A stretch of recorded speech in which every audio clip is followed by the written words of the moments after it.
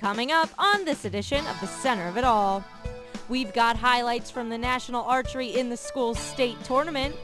We get you thinking about spring and summer home improvements with a trip to the Central PA Home and Garden Show.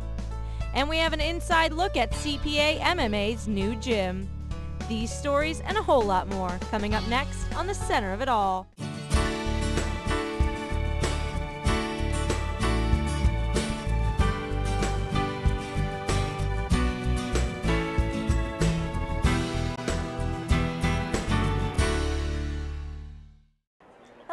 Welcome to the Center of It All. Each year, students gather to compete at the PA National Archery in the School State Tournament in hopes to win a spot at the national competition in Louisville, Kentucky. Andrew Callista was here all day to take in the action. Over 850 students from across the Commonwealth packed into Penn State's multi-purpose facility, aiming for their shot to go to nationals. 6 state champions across 3 divisions were crowned, and no one had the help of scopes or sights. All those hunting bows have they go up to higher poundages and they have sights, and there's no sights or anything on these. You can't control if you shoot good or bad. It just depends on if you have a good day or a bad day. Good day for Fawn indeed, as she shot a near perfect 299 out of 300. While competition breeds success, this event goes much deeper than just trophies and medals. The National Archery in the School program is designed to promote the sport of shooting the bow, or archery. Without the young ones, who do we have to carry on that tradition? We, as the older ones that shoot our bow, we encourage those young ones, their sons, their daughters, their nieces, aunts that come along, because we're trying to get a lot of those female archeries in. So it's very important to promote it in the schools, elementary. We have 195 schools currently in Pennsylvania. We add more every week. The way schools get started, they give me a call or shoot me an email, and we have $1,500 grants available to any new school towards the equipment purchase. We also train the school staff for free. We send qualified trainers out to their location, and then once they're done, they're free to put it into the school curriculum. This is the first step. A young child picks up a bow and starts shooting at a target or shooting at a ball in the backyard, shooting something. This is the first step, because we got to become proficient with our bow before we can go and hunt an animal. And so this is the beginning of all bow hunters. It's a lifestyle. A lifestyle Cabela's, along with the United Bow Hunters of Pennsylvania, stimulated by showcasing a 3D shoot. And if skills translate into the wild, some future game better be on the lookout. Well, since we manned 3D target today, and I stood directly behind a lot of those kids, and I watched some perfect form, okay? And what that means is they're doing everything that they've been taught, learning how to draw and pull to an anchor point and hold the bow steady, and then watch that arrow fly. Everybody enjoys watching that, and I got to watch it fly very well out of these young people's bows.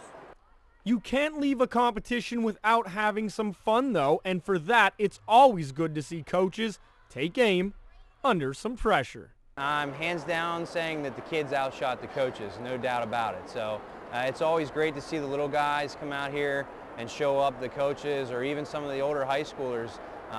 They put the time in, they practice, they dedicate themselves to the practicing every day, and it really shows when they come out here and compete.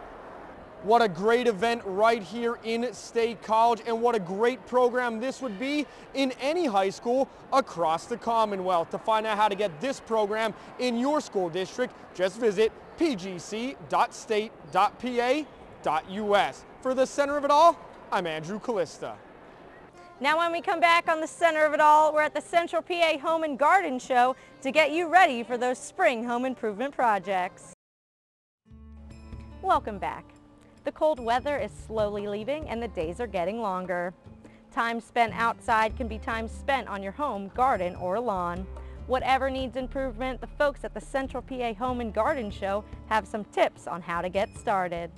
The Builders Association of Central PA puts on a yearly home and garden show to get people excited about working on their home, lawn, or garden, and to showcase the hot home improvement trends of the year. Local landscapers say outdoor living space is what's trending in 2015. I mean, most people want to enjoy it outside and they need a space to do it. Fire pits are pretty popular.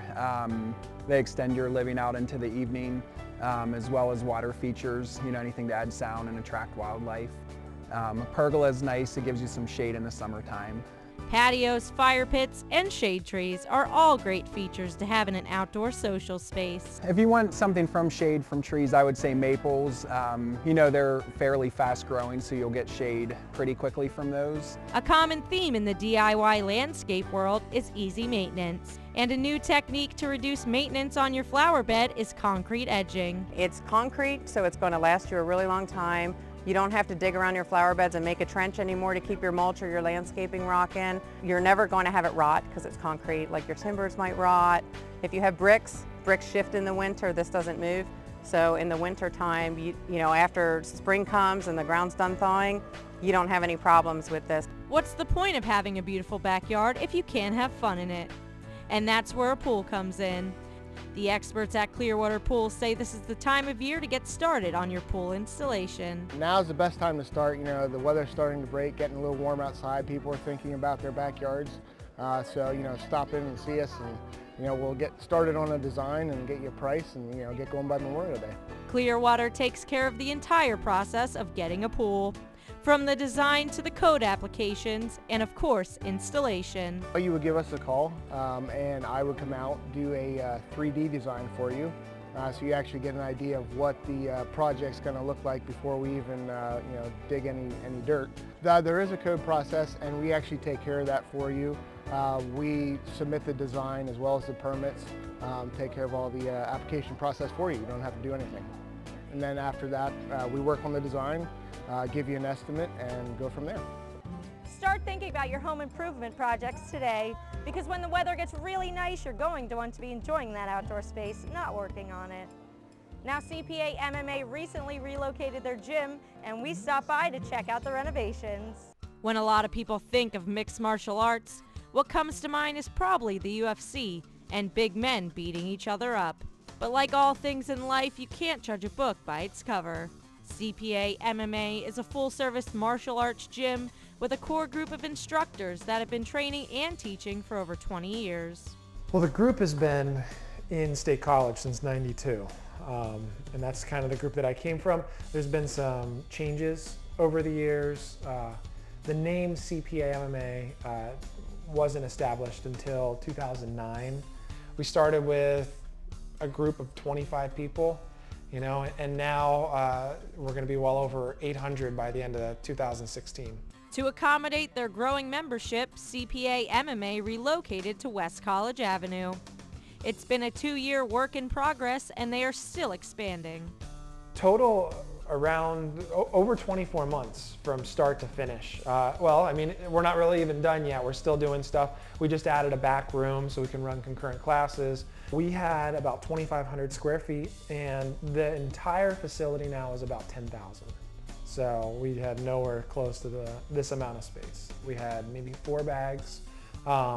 Here we have about 5,000 square feet of mat space. We have the ring, we have the octagon, we have a dozen bags, we're adding more. They hold over 100 hours of class each week, ranging from Brazilian Jiu-Jitsu and submission wrestling to women's kickboxing and youth martial arts classes. We offer the women's only classes, but that doesn't mean that women can only do that class. We also have the co-ed classes as well in Thai boxing and boxing. And then yes, we have a youth program, youth martial arts. We start with the Mighty Mites, who are the 3- and 4-year-olds, and then that goes all the way into teen programs.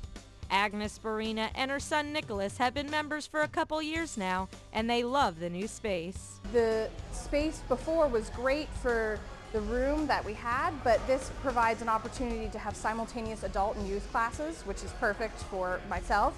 And just the ring and the cage and all of the equipment makes it so much more of what you would call a big city gym, as opposed to a gym that most people might find in central Pennsylvania.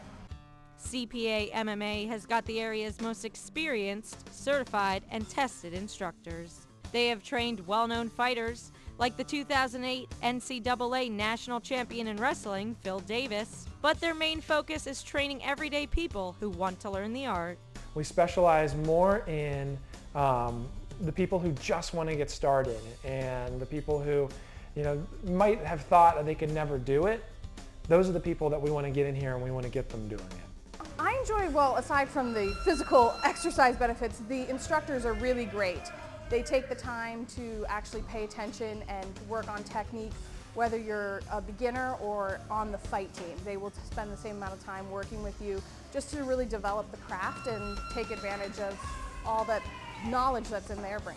So you don't need to have any experience. You can be any fitness level and you can just jump right into it, especially with the classes here at CPA MMA.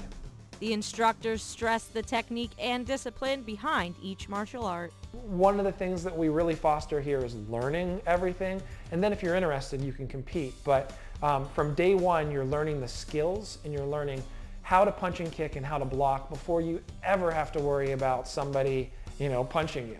It's team building. It's a lot of learning the techniques and the discipline behind the whole thing. I just do the women's kickboxing and Muay Thai. But there's so much more to it than just that, just exercising and a good group of women that work together, and it's always fun. CPA MMA is always accepting new members from all ages and skill levels. To take a virtual tour of their new gym, visit CPAMMA.com. And coming up on Kitchen Encounters, we have another delicious meal from Mel. Welcome back. Mel is thinking spring on this edition of Kitchen Encounters. She's cooking up a classic lamb roast with cheddar and mint mashed potatoes.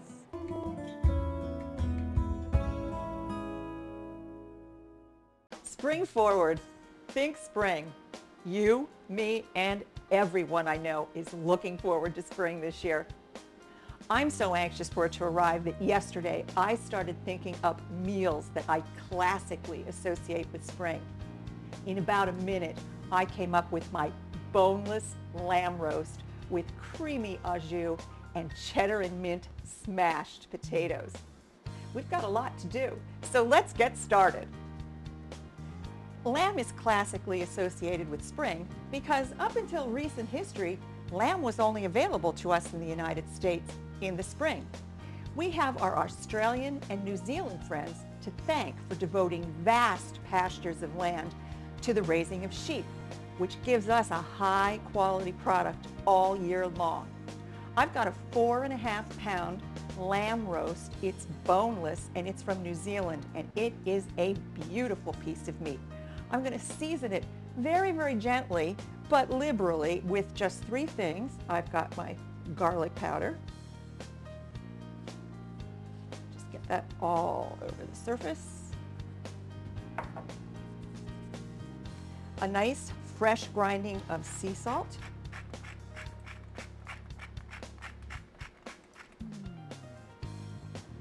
And I like lots of pepper, so peppercorn blend, which is a mixture of 5 different kinds of peppercorns.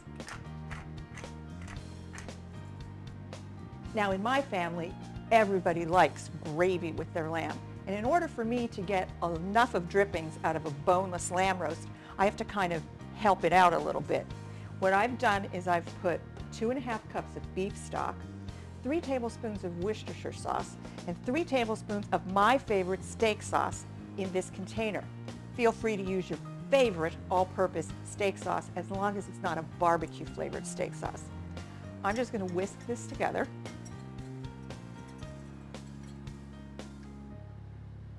And I'm going to put half of this mixture in the bottom of my roasting pan.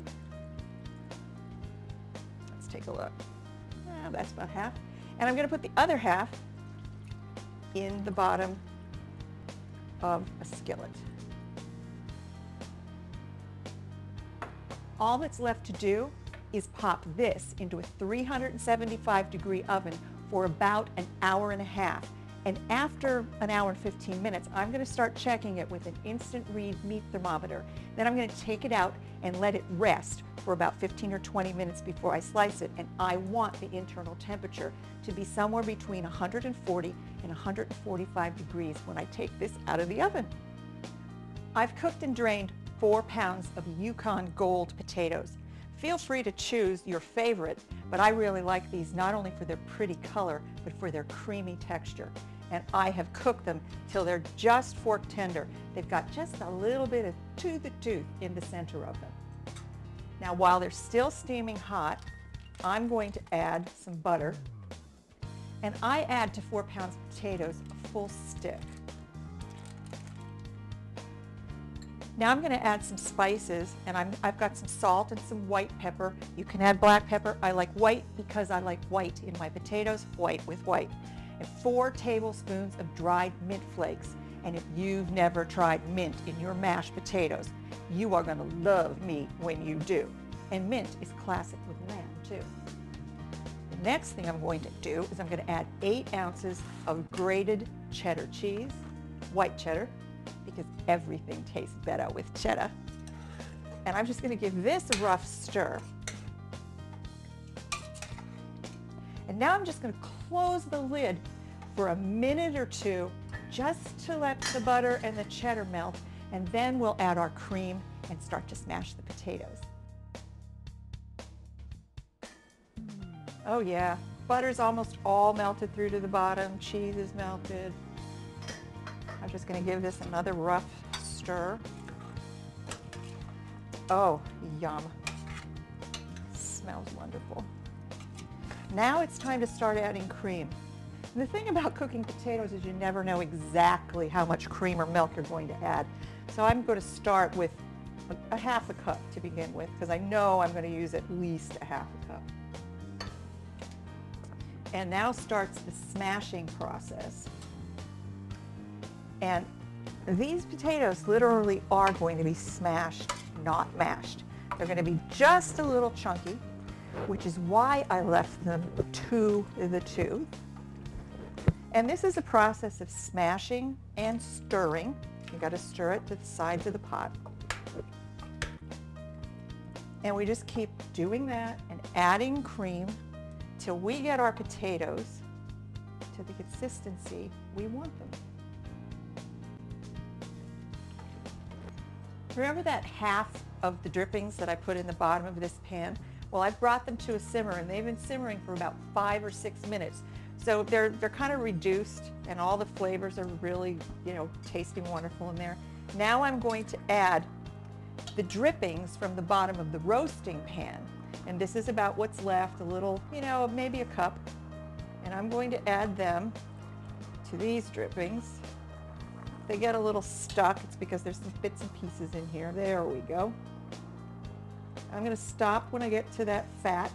That's plenty. We don't need fat in this. I'm going to bring this to a real gentle simmer, almost a no simmer. So it's really at a nice steaming hot stage. And now I'm going to add some of the leftover cream that I didn't put in the potatoes. You really don't have to add cream to this at all, but I just love the way it mellows out the flavor of those pungent lamb juices. And you can add as much as you want. I usually go with about 6 tablespoons. Yeah, that's beautiful. And now I'm just going to simmer this for about 5 more minutes, just till it thickens up a little bit more. We're going to carve our lamb and eat our feast. I'm serving my luscious celebration of spring feast with buttered biscuits and baby peas, but in-season asparagus would be a lovely alternative too. For these and other Think Spring ideas, just go to my website.